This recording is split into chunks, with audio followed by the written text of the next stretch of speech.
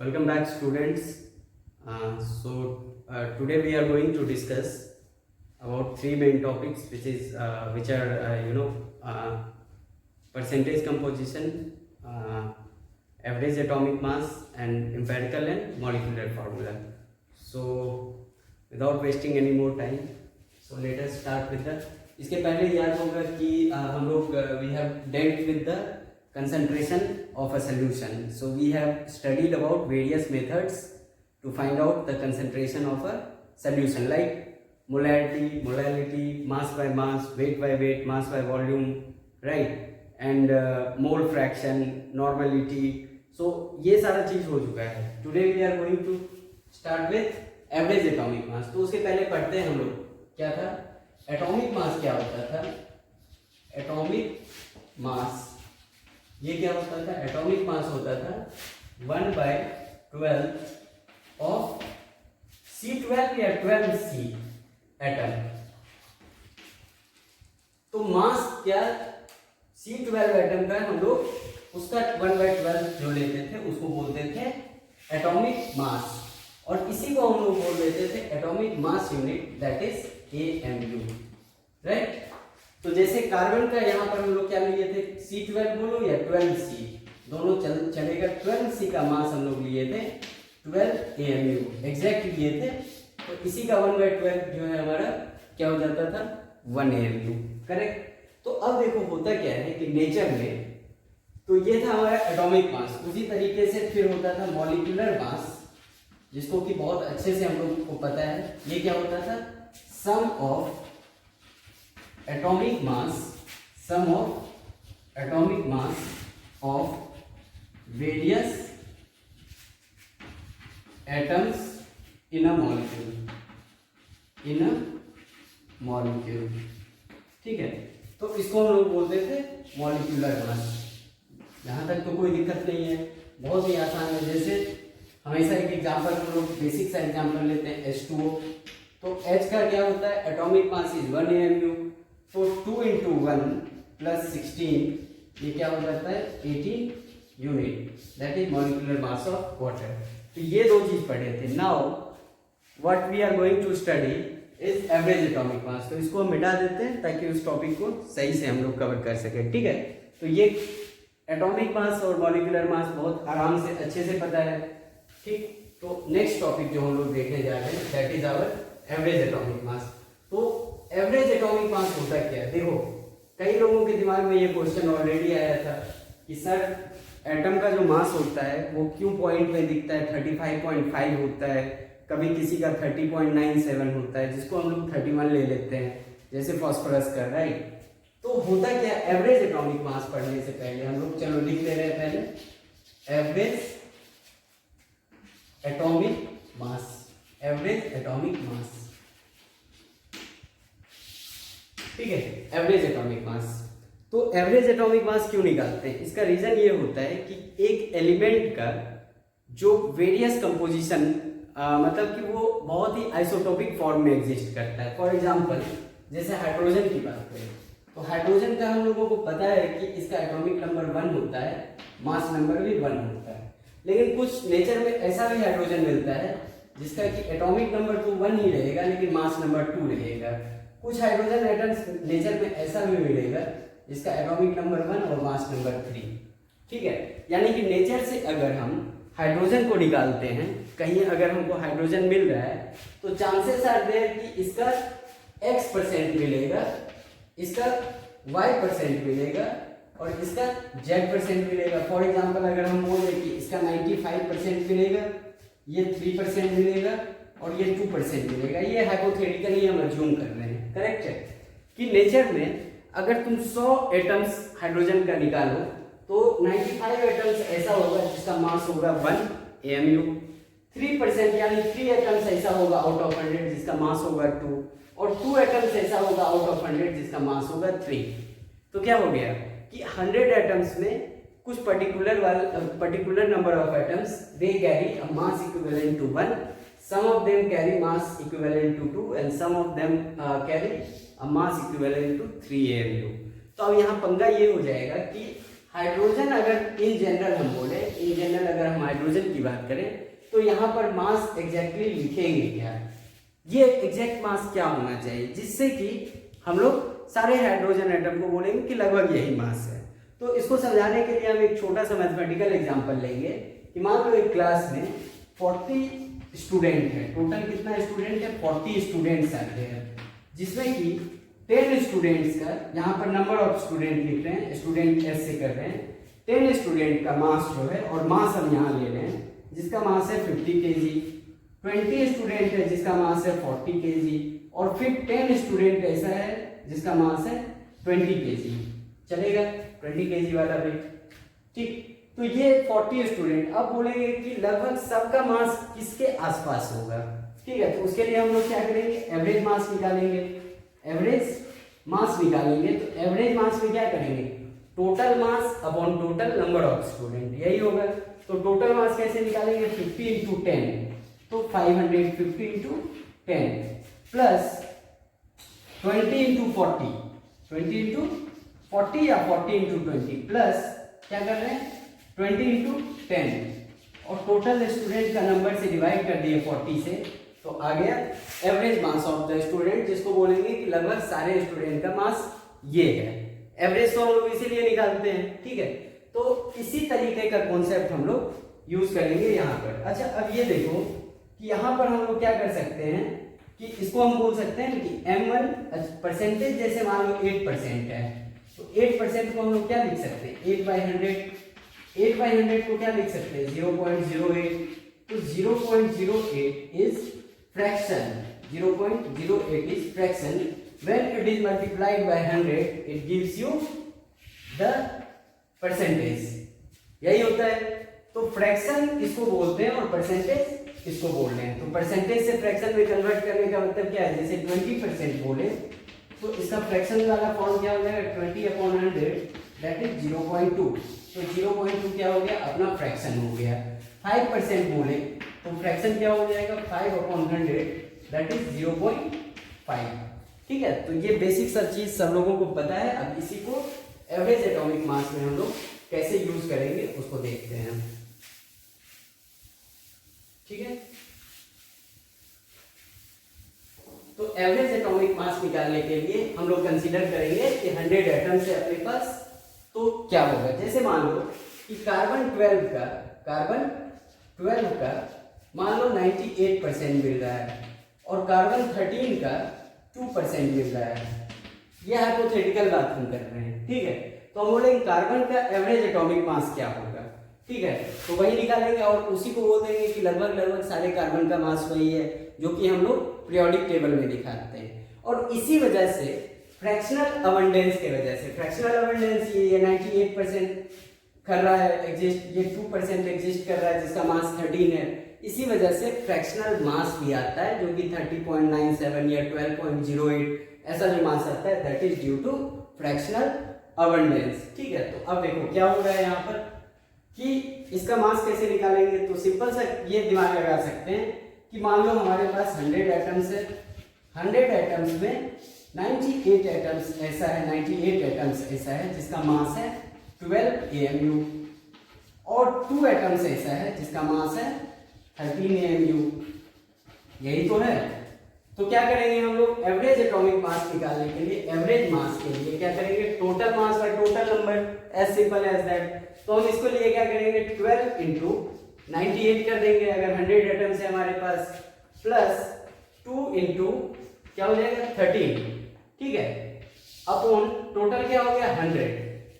तो इसमें जनरली हम लोग 100 लेके बनाते हैं, राइट। तो क्या करेंगे इसको हम लोग लिख सकते हैं 12 into 98/100 plus 2 into 2/100 into 13। Percentage वाले को ये 98% था और ये 2/100 ये था, तो इसको ये भी लिख सकते हैं 12 इंटू 0.98 प्लस इसको क्या लिख सकते हैं हम लोग 0.02 इंटू 13, ठीक है। तो इसमें देखो ये क्या हो रहा है, ये मास है M1 हो गया और ये क्या है परसेंटेज था जिसको हम फ्रैक्शन 1 बोल दिए, परसेंटेज से हम किस में कन्वर्ट कर दिए फ्रैक्शन में। दूसरा ये हो गया M2 और ये हो गया अपना फ्रैक्शन, तो एक्चुअली बेसिक मेथड ही लगा रहे हैं हम लोग परसेंटेज कंपोजिशन निकालने का, जो क्लास 6-7 में हम लोग पढ़ते हैं परसेंटेज एवरेज कैसे निकालते हैं, और उससे आ जाएगा। और ये जो टोटल सम आ जाएगा यही होगा हमारा इतना ALU, that will be our average atomic mass. तो एवरेज एटॉमिक मास का फंडा यही है। अब बोलोगे सर ये M1 F1 कहाँ से आया, तो हम बोलेंगे कि इससे सॉल्व करो।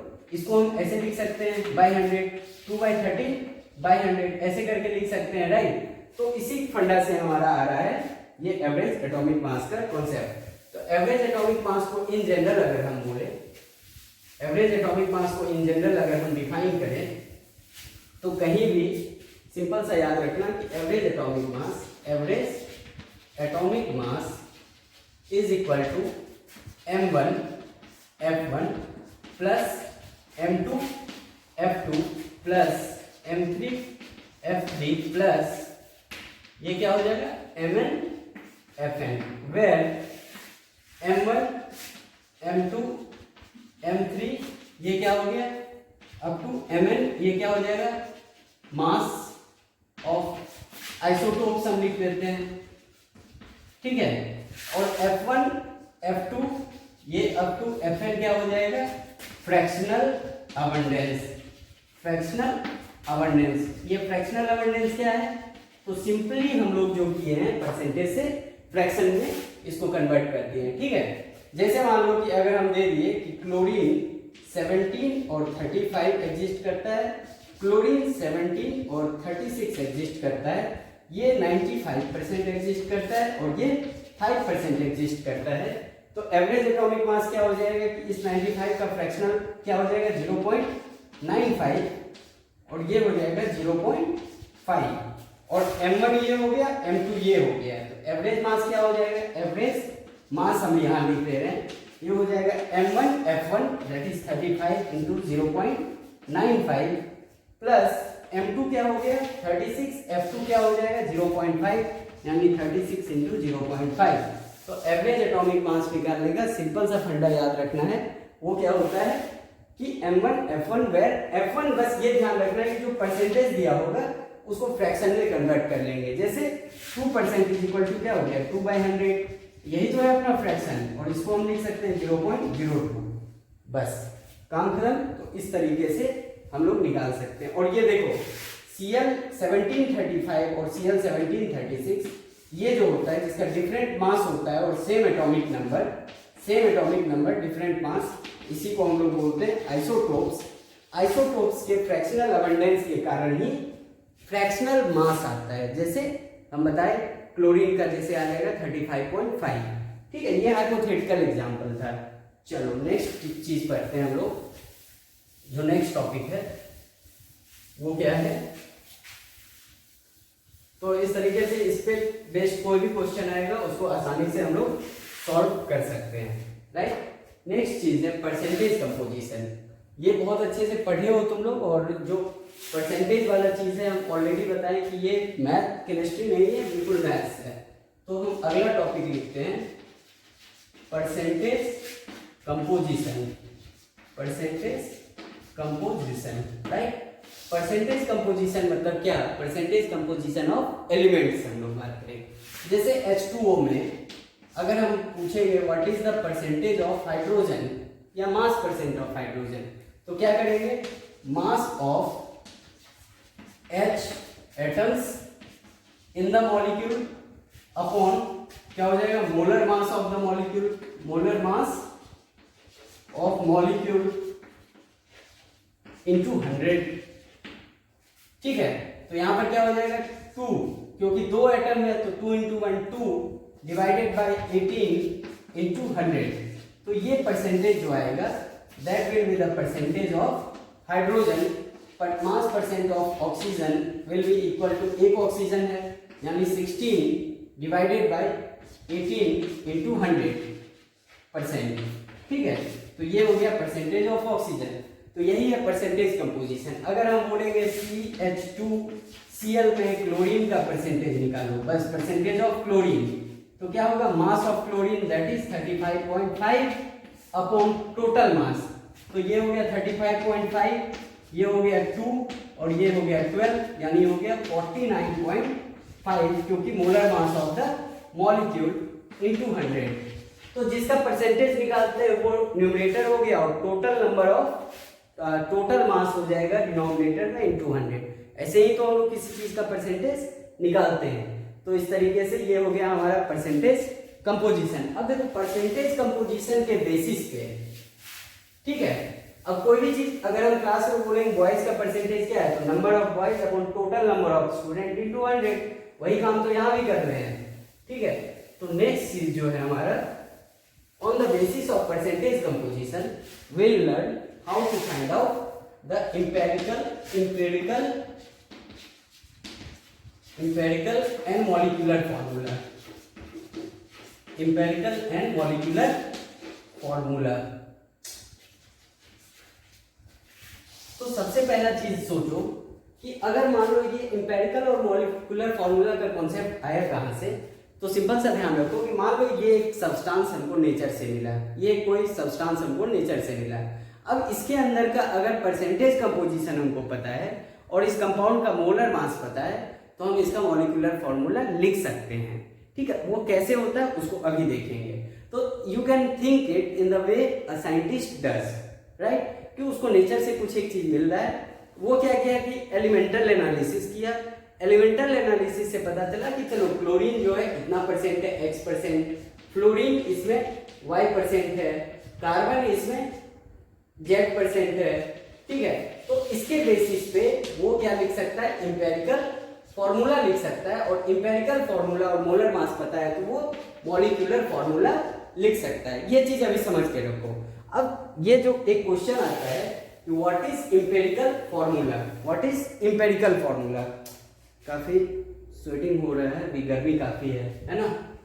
तो अब हम लोग देखेंगे नेक्स्ट चीज कि एम्पिरिकल फॉर्मूला क्या होता है, what is empirical formula.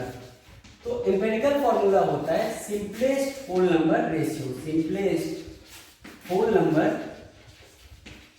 Number ratio of various atoms in a molecule, of various atoms in a molecule, यानी कि एक मॉलिक्यूल में जो डिफरेंट एटम्स है उसका एक्चुअल नंबर नहीं, उस नंबर ऑफ एटम्स का simplest ratio, that is empirical formula. On the other hand molecular formula क्या होता है, molecular formula tells you about the actual number of atoms of elements in a molecule। अब ये क्या होता है ये अभी हमको एविडेंट हो जाएगा आगे जो हम लोग एम्पिरिकल फॉर्मूला पढ़ेंगे। तो एम्पिरिकल फॉर्मूला में सिंपली ये ध्यान रखना है कि इसमें जो एटम्स होता है उसका सिंपल रेशियो रहता है प्रेजेंट। मॉलिक्यूलर फॉर्मूला जो होता है उसको हम लोग बोलते हैं एक्चुअल नंबर। फॉर एग्जांपल जैसे मान लो कि हमारे पास है C2H6, ठीक है। अब C2H6 ये क्या होता है, इथेन होता है। अब ये एक्चुअल नंबर बता रहा है, कार्बन का 2 एटम प्रेजेंट है, हाइड्रोजन का 6 प्रेजेंट है।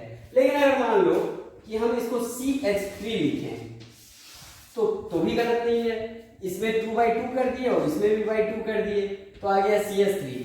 तो ये क्या हो जाएगा, एम्पिरिकल फॉर्मूला। ये क्या हो गया, एम्पिरिकल फॉर्मूला, क्योंकि इसमें एटम्स का सिंपल रेशियो डाला गया है, एटम्स के नंबर का सिंपल रेशियो, और ये बता रहा है 6 और 2 जो था actual number of atoms. So this is molecular formula, this is empirical formula. तो इसमें हम लोग देखते हैं कि कैसे सॉल्व करेंगे। तो एक क्वेश्चन के थ्रू इसको पढ़ेंगे और क्वेश्चन तुम्हारे एनसीईआरटी बुक में दे रखा है, ठीक है, मॉलिक्यूलर फॉर्मूला और एम्पिरिकल फॉर्मूला। तो क्वेश्चन है कि अपॉन एनालिसिस, ठीक है, क्वेश्चन है अपॉन एनालिसिस क्या मिला हमको कि एक कंपाउंड में हाइड्रोजन 4.07% मिला और कार्बन 24.27% मिला और क्लोरीन जो है ये 71.65% मिला। तो बताना है कि on the basis of this what will be your empirical and molecular formula, और इसका मोलर मास जो है सब्सटेंस का, ये एक कोई सब्सटेंस मिला नेचर से, मान लो ये सब्सटेंस मिला, इसका इसमें हाइड्रोजन जो है 7% 4.07% प्रेजेंट था, इस कंपाउंड में कार्बन 24.27 प्रेजेंट था, ये नेचर से मिल गया मान लो, और इसमें क्लोरीन जो है 71.65% मिला, तो ये एलिमेंटल एनालिसिस से मिला, और ये मोलर मास जो है पता चल गया इस कंपाउंड का जो है 98.9 ग्राम पर मोल है। ठीक है, तो देखते हैं कि हम लोग इसका एम्पिरिकल और मॉलिक्यूलर फॉर्मूला क्या होगा। तो पहला स्टेप जो है स्टेप बाय सीखेंगे। स्टेप 1 जो है इसका, स्टेप 1 बोलता है कि अज्यूम करो सबसे पहले कि 100 ग्राम का ये सोल्यूशन है, तो जो परसेंटेज है convert percentage into mass into wait, convert percentage into wait. तो मान लो कि 100 ग्राम का एक कंपाउंड है ये मेरे पास, कुछ भी हम लोग परसेंटेज 100 ग्राम में हो या 500 ग्राम में, परसेंटेज तो सेम रहेगा, तो हम लोग 100 ग्राम अज्यूम करके आगे बढ़ेंगे। तो सपोज 100 ग्राम का हमारे पास सब्सटेंस है, तो हाइड्रोजन कितना ग्राम हो जाएगा 4.07 ग्राम, कार्बन हो जाएगा 24.27 ग्राम, और हमारा क्लोरीन हो जाएगा 71.65 ग्राम। कहानी खत्म। स्टेप 2 है कि मास को किसमें कन्वर्ट करना है, कन्वर्ट मास इनटू मोल्स। ध्यान दो, बस स्टेप याद रखना है। तो पहले परसेंटेज से मास में किया, मास से मोल में, तो ये क्या हो गया, एक्चुअली गिवन मास हो गया, यही तो है अपना गिवन मास। तो मोल्स में कैसे होगा, number of moles of H, ये क्या हो जाएगा 4 ग्राम है given 4.07 divided by it's molar mass. तो हाइड्रोजन का मोलर मास क्या होता है 1, तो ये हो गया ऑलमोस्ट 4.07, होता है 1.008 लेकिन ले लिए चलो 4.07। Number of moles of carbon क्या हो जाएगा 24.27 given mass divided by it's molar mass. Molar mass होता है 12, जो हम लोग जनरल लेते हैं कार्बन का 12, तो ये हो जाएगा ऑलमोस्ट 2.02। ठीक है, और number of moles of chlorine हो जाएगा 71.65 डिवाइडेड बाय 35.5, ये भी ऑलमोस्ट हो जाएगा 2.02। तो ये स्टेप 1 और स्टेप 2 पता है। अभी देखो स्टेप 3 क्या है। स्टेप 3 है, इसमें बोलता है कि जो भी हमारा मोल्स आया है इसमें सबसे जो छोटा है उससे उसको डिवाइड करना है। ठीक है, तो divide obtain number of moles by smallest one among them, by smallest number present among them, by smallest number। ठीक है, smallest number among them। तो इस 3 में से सबसे छोटा कौन सा है 2.02 है। अगर यहाँ 1.02 होता तो उससे डिवाइड करते, तो 2.02 से सबको डिवाइड करना है, तो 4.07 divided by 2.02, 2.02 divided by 2.02, again 2.02 divided by 2.02। तो ये क्या आ जाएगा, स्टेप 3 में हमारा आ गया कि हाइड्रोजन जो है उसका वैल्यू आ जाएगा ऑलमोस्ट 2 के बराबर, क्लोरीन का आ जाएगा, कार्बन का ऑलमोस्ट 1 के बराबर, और क्लोरीन का आ जाएगा ऑलमोस्ट 1 के बराबर। ठीक है, यहां तक तो कोई दिक्कत नहीं है। पहले मास में लिए, फिर मोल्स में सबसे जो छोटा प्रेजेंट होगा, ये भी है, दोनों सेम है, तो उससे उसको डिवाइड कर देना है। राइट, तो अब स्टेप 3 हमारा हो गया। ये स्टेप 4 हो गया अपना राइट एम्पिरिकल फॉर्मूला, क्योंकि ये स्मॉलेस्ट होल नंबर रेशियो है, तो वही हो जाएगा हमारा एम्पिरिकल फॉर्मूला। तो राइट एम्पिरिकल फॉर्मूला, ईपी हम इसको बोल दे रहे हैं, ईएफ एम्पिरिकल फॉर्मूला। तो क्या हो जाएगा CH2, क्योंकि H2 है, C1 है, तो C1 या C लिख लिए, Cl1 या Cl, बात बराबर है। तो एम्पिरिकल फॉर्मूला पता चल गया। स्टेप 5 क्या करना है, स्टेप 5 निकालना है मॉलिक्यूलर फॉर्मूला, इसको हम बोल रहे हैं MF, molecular formula, M formula, molecular formula. तो इसको निकालने के लिए सबसे पहले क्या करेंगे, समझ लो कि सबसे पहले इसमें निकालेंगे कि मोलर मास जो गिवन है ये है मोलर मास को डिवाइड कर देंगे इंपेरिकल फॉर्मूला मास से। किससे डिवाइड कर देंगे? इंपेरिकल फॉर्मूला मास से। ध्यान रखना। तो मोलर मास क्या है? 98.9 है, डिवाइडेड बाय, इससे अगर डिवाइड करेंगे तो क्या हो जाएगा? Cl का 35.5 प्लस H2 प्लस कार्बन 12, तो क्या हो जाएगा? 49.5। यही तो है। तो यहां पर दे दिए 49.5। तो ये जो है लगभग क्या हो जाएगा? चलो यहां पर थोड़ा सा बात नहीं बन रहा है, तो हम इसको कर रहे हैं 99.8 कर दे रहे हैं, तो बात बन जाएगा 99.8। एक्चुअली ये क्वेश्चन प्रॉपर्ली याद नहीं है हमको, लेकिन लगभग ये वैल्यू तो हम लोग कुछ भी लेकर के एज्यूम करके चल सकते हैं। ये एक हाइपोथेटिकल केस हो जाएगा। तो ये देखो लगभग 100 के बराबर है और ये लगभग 50 के बराबर है, तो ये ऑलमोस्ट आ जाएगा 2 के बराबर। ये ऑलमोस्ट 2 के बराबर आ जाएगा, 2 पॉइंट समथिंग, लेकिन हम लोग ले लिए 2। तो इसको हम लोग बोलते हैं n वैल्यू। क्या बोलते हैं? n value. तो सबसे पहले निकालना है वैल्यू ऑफ n। अब ये n वैल्यू आ गया, अब लिख लो तुम फॉर्मूला। तो फॉर्मूला क्या हो जाएगा? चलो हम इधर लिख ले रहे हैं, अगर दिख रहा होगा तो ठीक है। ये हो गया वैल्यू 2 आ गया। तो empirical formula, molecular formula is equal to molecular formula is equal to empirical formula into n। तो इंपेरिकल फॉर्मूला क्या था? यानी मॉलिक्यूलर फॉर्मूला लिख रहे हैं, यहां लिख दे रहे मॉलिक्यूलर फॉर्मूला। इंपेरिकल फॉर्मूला था CH2Cl मल्टीप्लाइड बाय n, ठीक है, और n का वैल्यू हो जाएगा 2। तो इसको हम लिख सकते हैं C2H4Cl2। ये हो गया हमारा एक्चुअल मॉलिक्यूलर फॉर्मूला और ये आंसर आ गया। तो आज कुछ बस इतना ही करना था कि कुछ एक मान लो एक सब्सटेंस मिला, इस सब्सटेंस में बहुत एलिमेंट क्या क्या है उसका परसेंटेज पता चल गया एनालिसिस से। तो वो पता चला हाइड्रोजन का 4.07, कार्बन का 24.27, क्लोरीन का 71.65। तो फर्स्ट स्टेप में क्या करना है? परसेंटेज से मास या वेट में कन्वर्ट करना है। तो हाइड्रोजन का क्या हो जाएगा? 4.07 ग्राम, क्योंकि मान लिया 100 ग्राम का हमारे पास वो सब्सटेंस है। तो कार्बन हो गया 24.27 और क्लोरीन 71.65। तो हम अज्यूम कर लिए 100 ग्राम का, तो उसमें ये है और यही हो गया गिवन मास। तो स्टेप 2 है conversion into moles, that is given mass upon its molar mass. तो हाइड्रोजन का मोलर मास 1, कार्बन का 12, क्लोरीन का 35.5, तो मोल्स में कन्वर्ट हो गया। थर्ड स्टेप बहुत आसान है, जितना भी नंबर ऑफ मोल्स आएगा उसमें जो सबसे छोटा है उससे सबको डिवाइड करना है। तो हमारा लकीली आ गया 2.02, 2.01 या 02 जो भी है, उसमें हम मान लिए सबसे छोटा 2.02 है, जो दोनों का वैल्यूज हम ये सारा कैलकुलेशन अप्रोक्सीमेशन पे लिए हैं, ठीक है। तो क्या हो गया? ये आ जाएगा ऑलमोस्ट 2, ये भी आ जाएगा 1 और ये 1। तो वैल्यू ऑफ क्या आ गया? H का 2, कार्बन का 1 और क्लोरीन का 1, ठीक है। तो स्टेप 4 लिख दिए इंपेरिकल फॉर्मूला, जिसको हम डिनोट किए EF से। वो आ गया C1 है, H2 है, Cl1 है, तो CH2Cl। अब जो चैलेंज आया कि मॉलिक्यूलर फॉर्मूला कब लिखेंगे? जब हमको मोलर मास सब्सटेंस का पता होगा। मोलर मास को इंपेरिकल फॉर्मूला मास से डिवाइड कर देंगे तो आ जाएगा n का वैल्यू। n के वैल्यू से अगर इंपेरिकल फॉर्मूला को मल्टीप्लाई कर देंगे तो एक्चुअल मॉलिक्यूलर फॉर्मूला आएगा। So you have basically 5 step. तो 5 स्टेप से हम लोग को सॉल्व करना है।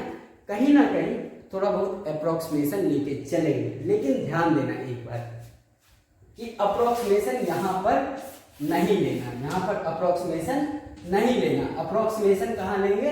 जब स्टेप 3 में आएंगे, यहाँ पर अप्रोक्स वैल्यू लेकर के बढ़ सकते हैं। यहाँ पर ऐसा मत कर लेना कि ये ऑलमोस्ट 4 के बराबर है, ये ऑलमोस्ट 2 के बराबर है, ये ऑलमोस्ट, क्यों कई बार ऐसा होगा कि ये 1.99 भी आएगा और ये 2.02 आएगा, ये 4.9 आ सकता है। तो 1.9 से सबको डिवाइड करना है, ये नहीं कि इसके जगह पे हम 2 ले लिए, ठीक है। तो यहाँ पर जो डिवीजन में एक्चुअल वैल्यू आएगा उसी को लेना, यहाँ पर अप्रोक्सीमेट वैल्यू नहीं लेना, क्योंकि बच्चे यहीं पर गलती करते हैं। और इस चीज का ध्यान रखना कि यहाँ पर अप्रोक्सीमेशन वैल्यू नहीं लेना है। On the other hand step 3 में जब सबसे छोटे नंबर से डिवाइड करेंगे वहां पर अप्रोक्सीमेट वैल्यू ले सकते हैं। कोशिश ये करना है डेसिमल, ये तो क्वेश्चन समझाना था, इसीलिए हम कहीं ना कहीं थोड़ा बहुत कैलकुलेशन में अप्रोक्सीमेशन लेके चल रही है। तो यही है हमारा आज का स्टोरी, और इसके बाद इस पे क्वेश्चन करेंगे तो कॉन्सेप्ट और भी क्लियर होगा। Okay, thank you.